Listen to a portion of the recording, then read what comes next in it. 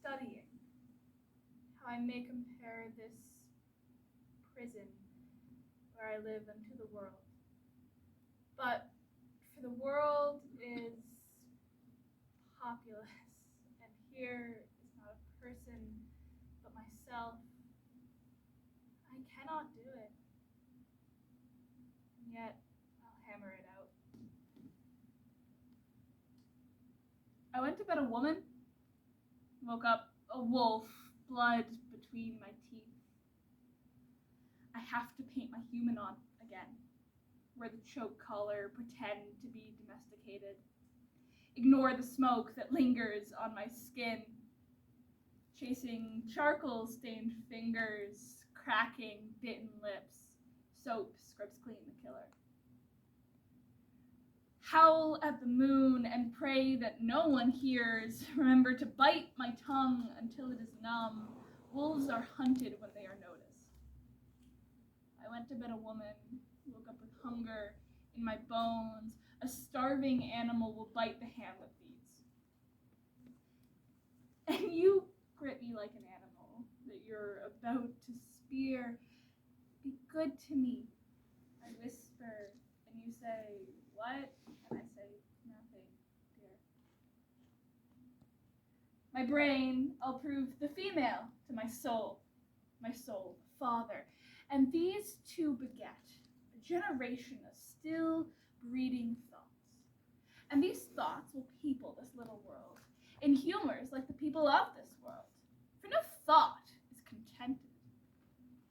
Alone in the vinegar hour, we ghost the unlived stories. A feeling, thumbprints, maps, the tender ache. What makes us? Nights we ghost in, call it possessed. Fever dreams with wild cats, dream of a plum black abstract titled Wounds of a Perfect Person. Put flowers around us and pretend that we are dead. I do not think of you in the graveyard. The better sort, as thoughts of things divine are intermixed with scruples, and do set the word itself against the word. As such, come little ones, and then again, it is as hard to come as for a camel to thread the postern of a small needle's eye. Oh, where are we going? Says the brown dog to the hen. But just because they are animals, it doesn't mean they couldn't have been men. And now come the songbirds with their hooked beaks, eager for discarded body parts, trashed in plastic, coddled in blood. Dying is not an abstract art. Thoughts, tending to ambition, they do plot unlikely wonders. How these vain, weak nails may rip my rib cage open and devour what's truly yours. And for you cannot die in your own pride. Thoughts, tending to content, flatter themselves that they are not the first of fortune's slaves, nor shall not be the last. Like silly beggars who, sitting in the stocks, refuge their shame in the thought that many have and others must sit here. And in this thought they find a kind of ease, bearing their own misfortunes on the back of such as have before endured the like. We stand hand in hand like corpses, and our friends are corpses too. And the man who gave the epitaph said, I wouldn't do. And darling, I have tried to fix you. I can't count the times that I have kissed you. And I never thought that when you built our home, you would make it out of blood and bone. And darling, one of us should go. And out in this desert, we are testing bombs. That's why we came here. Walking at noon in the ghost town, surrounded by a silence that sounds like the silence of this place, except that it came with us, and is familiar. And everything that we are saying up until now has been an effort to blot it out. Coming here, we are up against it. Out here, I feel more helpless with you than without you. You mention the danger, and we talk of emergencies, laceration, thirst. You look at me like an emergency. Your dry heat feels like power, and your eyes reflect the lights that spell out exit when you get up and pace the floor, talking of danger as if it were not ourselves, as if we were testing anything else. And out here, I am strangled by the porch lights. I cannot go inside. I'll miss you. My grief is exhaled in smoke. And thus play I in one person many people, and none contented. Sometimes am I king, then treasons make me wish myself a beggar.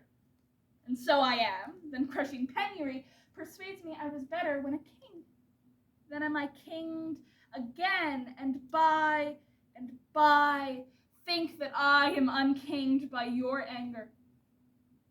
And straight am nothing, but whate'er I be, I nor any man but that man with nothing shall be pleased till he be eased with being nothing, waiting day by day for the voice that says, come follow now, no time to explain.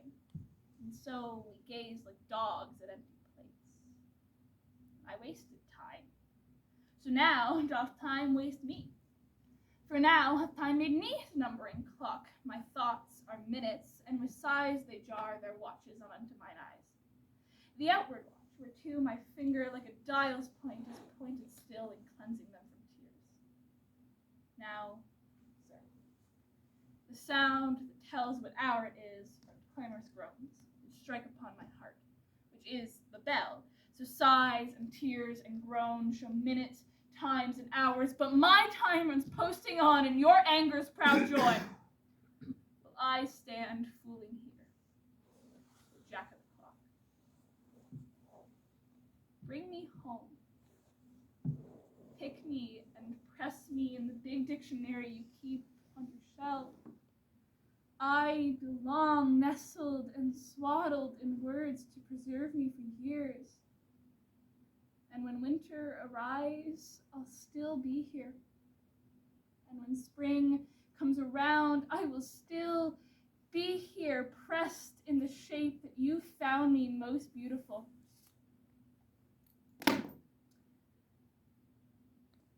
My yellow teeth and pomegranate seeds on a cord around my throat, and mother of pearl between my cracking lips. You can't tell the difference between the two. It is all the same to you where my body parts go.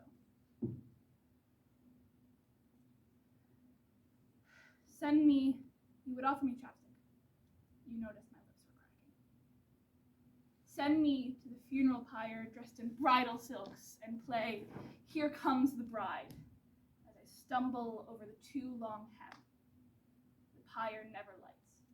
It seems you've decided on a better use for me.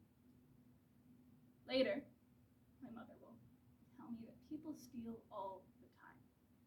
And the way that she calls it theft will leave me unmoored for years, as if you hadn't ripped open my ribs, as if my heartstrings strewn about your home like fucked up fairy lights were not essential to my survival. Persephone ate the pomegranate and learned to love Hades, but the myth is still called her rape. The underworld is still her funeral pyre, and the oranges that grow in the spring taste like hunger and hope. I do not have it in me to tell it all, and the metaphors that I choose break down under scrutiny, but this is still my victim impact statement. All of my evidence lives in my bone marrow, and when you ripped me open, you took that too. The memories are far too delicate for you to unwrap them from the disintegrating lace they're preserved with. Maybe having them pickled and jarred would have been easier. Maybe The vinegar would have made me undesirable, and you would have wound my heartstrings back around my ribs. I know better than to wish for anything but the bone-bleached death shroud I've been wrapped in since I stumbled towards my funeral pyre, and you played Here Comes